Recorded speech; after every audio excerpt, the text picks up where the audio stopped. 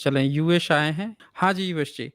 जी, जी, sir मेरे बताएँ। Question थे, सर शॉर्ट शॉर्ट में आंसर दिया तो भी चलेगा सर। ओके। सर पहला क्वेश्चन है, जो चीज़ भौतिक नहीं या मटेरियल नहीं या किसी भी चीज़ को अगर फिजिकल प्रॉपर्टीज नहीं तो क्या ऐसी चीज़ वास्तव में एग्जिस्ट कर सकती है क्या? नहीं, जिसमें फ़िज़िकल नहीं, जिसमें जो मटेरियल नहीं है, जिसको ओके। फिजिकल प्रॉपर्टीज नहीं है, हुँ, ऐसी हुँ। कोई भी चीज़ कभी अस्तित्व में हो सकती है क्या? फिजिकल प्रॉपर्टीज प्लेस मतलब क्या है, पहले बताइए।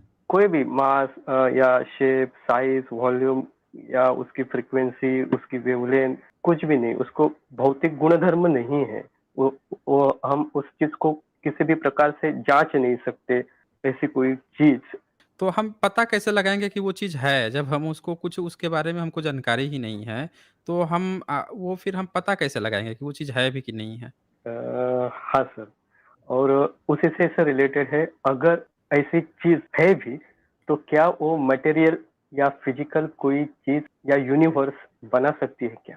नहीं बना सकती, है ना? जिस चीज़ का कुछ पता ही नहीं है, जो चीज़ है ही नहीं, तो वो फिर कैसे बता सकते हैं? जिस चीज़ के बारे में हमें खुद नहीं पता है और जो चीज़ नहीं पता है, जो चीज़ ना दिख रहा है, ना सुन रहा है, ना जाग रहा है, ना किसी भी तरह से हम मेज़र कर सकते हैं, तो वो एक तरह से कल्पना हो गई कि हमने खुद एक ख़्याली पुलाव पकाया और उसी ख़्याली पुलाव के आधार पर हमने एक दूसरा ख़्याली पुलाव पका दिया कि इसने कुछ बना भी दिया। भाई न्यूटन्स जो थर्ड लॉ है वो यही कहता है ना कि जितना जो एक्शन होगा उसके विपरीत एक रिएक्शन होगा। अब जिसमें मास ही नहीं है, ज़रा सोचिए, कल्पना कीजिए। तो जिसमें मास ही नहीं है तो वो फ़ोर्स कैसे लगाएगा किसी दूसरे पे? जिसमें मास ही नहीं है, मासलेस है। वो कितना किसी दूसरे पर कितना एक्शन देगा तो रिएक्शन क्या होगा? अगर 0 एक्शन ही उसका 0 है तो रिएक्शन उसका 0 होगा ना फिर। बनेगा क्या फिर? ये भी तो देखिए।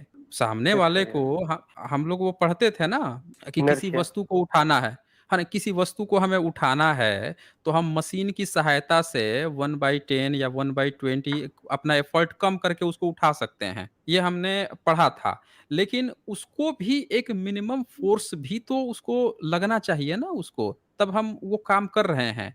जहाँ पे फ़ोर्स ही 0 होगा, तो उसका रिएक्शन क्या होगा फिर? एक्शन ही 0 है, तो रिएक्शन 0 होगा ना। एक्शन होने के लिए कुछ तो अमाउंट होना चाहिए, कुछ तो फिज़िकल होना चाहिए ना। भाई आप ये देखिए कि जो वायरस भी होता है, तो वो भी है, कुछ तो है उसमें। इलेक्ट्रॉन भी जो है, उसका भी एक मास होता है।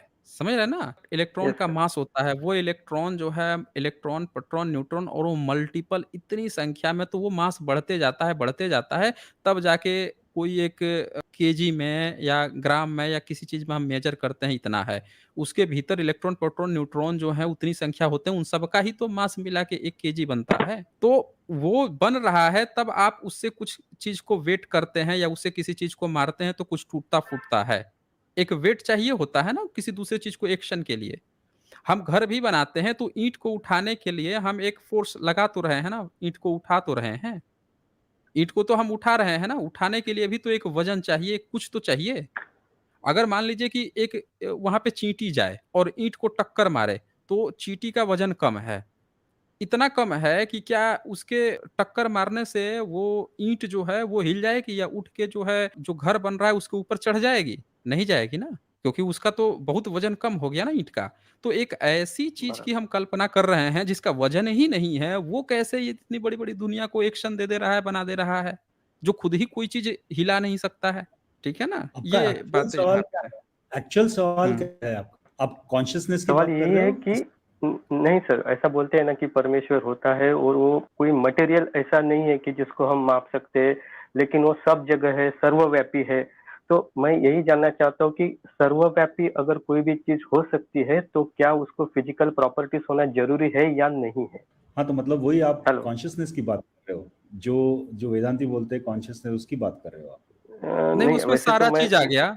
उसमें ईश्वर हाँ, वगैरह या आत्मा सब आ गया उसमें, कि सब जो सब चीज़ हाँ, हमें विज़िबल नहीं है, देख नहीं सकते हैं, उसकी हम कुछ लेकिन कल्पना सब नहीं कर जगह है। सकते। हाँ। हाँ, सब जगह हाँ। है, ऐसे जो कल्पना वाली बात आ गई। मतलब ये एक वो हो गया ना, एक खुद से ख़्याली पुलाव इमेजिनेशन। हो गया। हाँ, इमेजिनेशन, दिमागी इमेजिनेशन हो गया। अब मान लीजिए कि हम रात में सोए, हमने दिन भर भुतहा फ़िल्म देखा, खूब स्कैरी मूवी देखी और रात में हम सोए, हमको भी सपना आ गया भुतहा वाला। अब कोई कहे कि हमने रात में जो सपना देखा उसका वेट कितना है? हम मेज़र कर पाएँगे? नहीं, नहीं। नहीं कर पाएँगे ना।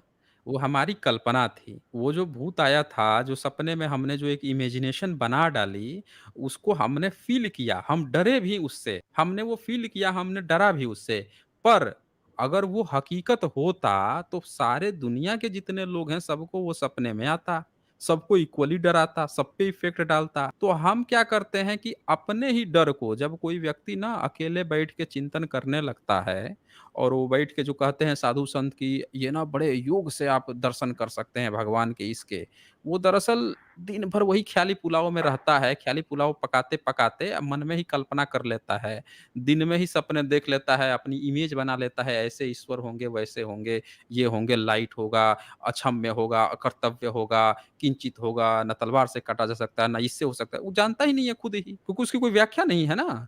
तो ऐसे ही कल्पना करता है, फिर दूसरों को बताता है कि आपको भी ईश्वर प्राप्त करना है, तो आपको योग करना पड़ेगा, ध्यान करना है, क्योंकि वो खुद जानता है कि उसने कुछ प्राप्त नहीं किया है, वो उसकी सिर्फ़ कल्पना थी। तो ये जितने लोग भी कहते हैं ना कि ईश्वर की प्राप्ति हो सकती है या किसी आत्मा की या उसको देखा जा सकता है सिद्धि ज्ञात करके या जो सिद्ध हो जाते हैं उनको पता चलती है, दरअसल वो वही सपने वाली बात है कि ये सपना हमने दिन भर हम उसके बारे में सोचते रहें, ये चीज़ देखते रहें, तो रात में ये सपना आया, उसी तरह से तुम भी ऐसा करोगे, तुम भी एक सपना देख लोगे, उसको कह देगा कि हाँ भाई आप जो है आपको ईश्वर के प्राप्ति हो गई। ये एक छद्म छलावा है भर, समझ रहे हैं ना? हर यस सर। पर्सनल व्यक्ति की ये अपनी एक इमेजिनेशन है, पर्सनल व्यक्ति अपनी इमेजिनेशन को दूसरे पर थोपता है कि तुम भी ऐसा करोगे तो तुमको भी ऐसा दर्शन होगा और ऐसा होता है। समझ रहे हैं ना? यही चीज़ है और कुछ नहीं है यहाँ पे। सर एक है।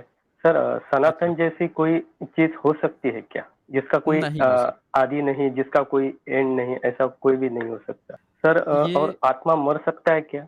आत्मा देखें, पहले तो उसको आत्मा क्या ज़िंदा है करना पहले? पड़ेगा ना। हाँ, उसको ज़िंदा करना पड़ेगा ना पहले। सर ऐसा पहले जो है इमेजिन भी हम करते हैं, हाँ, अगर आत्मा है भी, नहीं है लेकिन फिर भी हम इमेजिन करते हैं कि आत्मा है, तो मेरे ख़्याल हुँ, से आत्मा मर सकता है सर। क्योंकि आत्मा भटकता है ना सर, तो उसकी डिस्प्लेसमेंट होती है, वो डिस्टेंट ट्रैवल करता है और डिस्प्लेसमेंट और डिस्टेंट ट्रैवल ये दोनों जो है एंटिटी वो टाइम पे डिपेंडेंट है। तो इसका मतलब हुँ।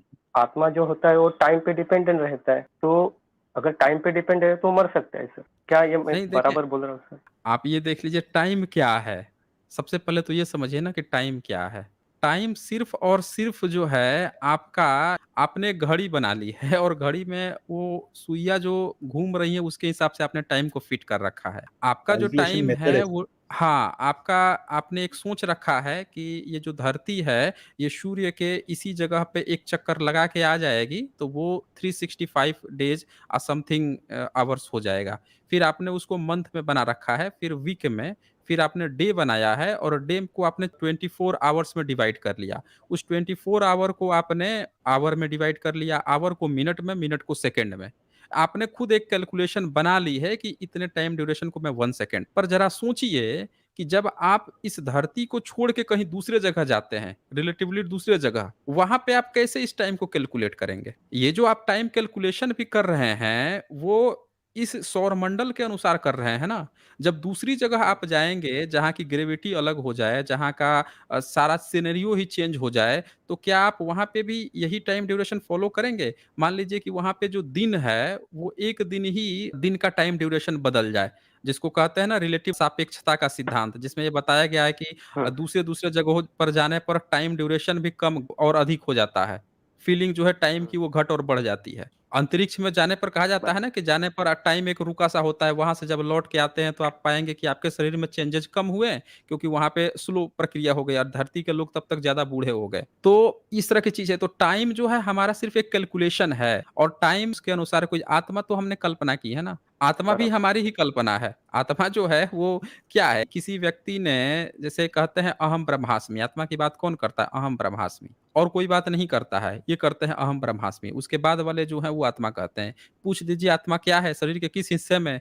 हवा में गपोड़ने लगेंगे। कोई कहेगा इधर रहता है, उधर रहता है, कोई कहेगा वो क्या चीज़ है कि जब शरीर से निकल जाता है तो मर जाता है। तो उससे पूछ दीजिए वो क्या चीज़ है कि जो कोई गोली मार देता है तो उसे अपने आप निकल के भाग जाता है, वो क्या चीज़ है फिर? वो क्या है जो कोमा में चला जाता है, उसकी आत्मा कहाँ अटकी रहती है? वो क्या है जिसकी याददाश्त खो जाती है, जो अपनी चीज़ें भूल जाता है, उसकी आत्मा कहाँ चली जाती है?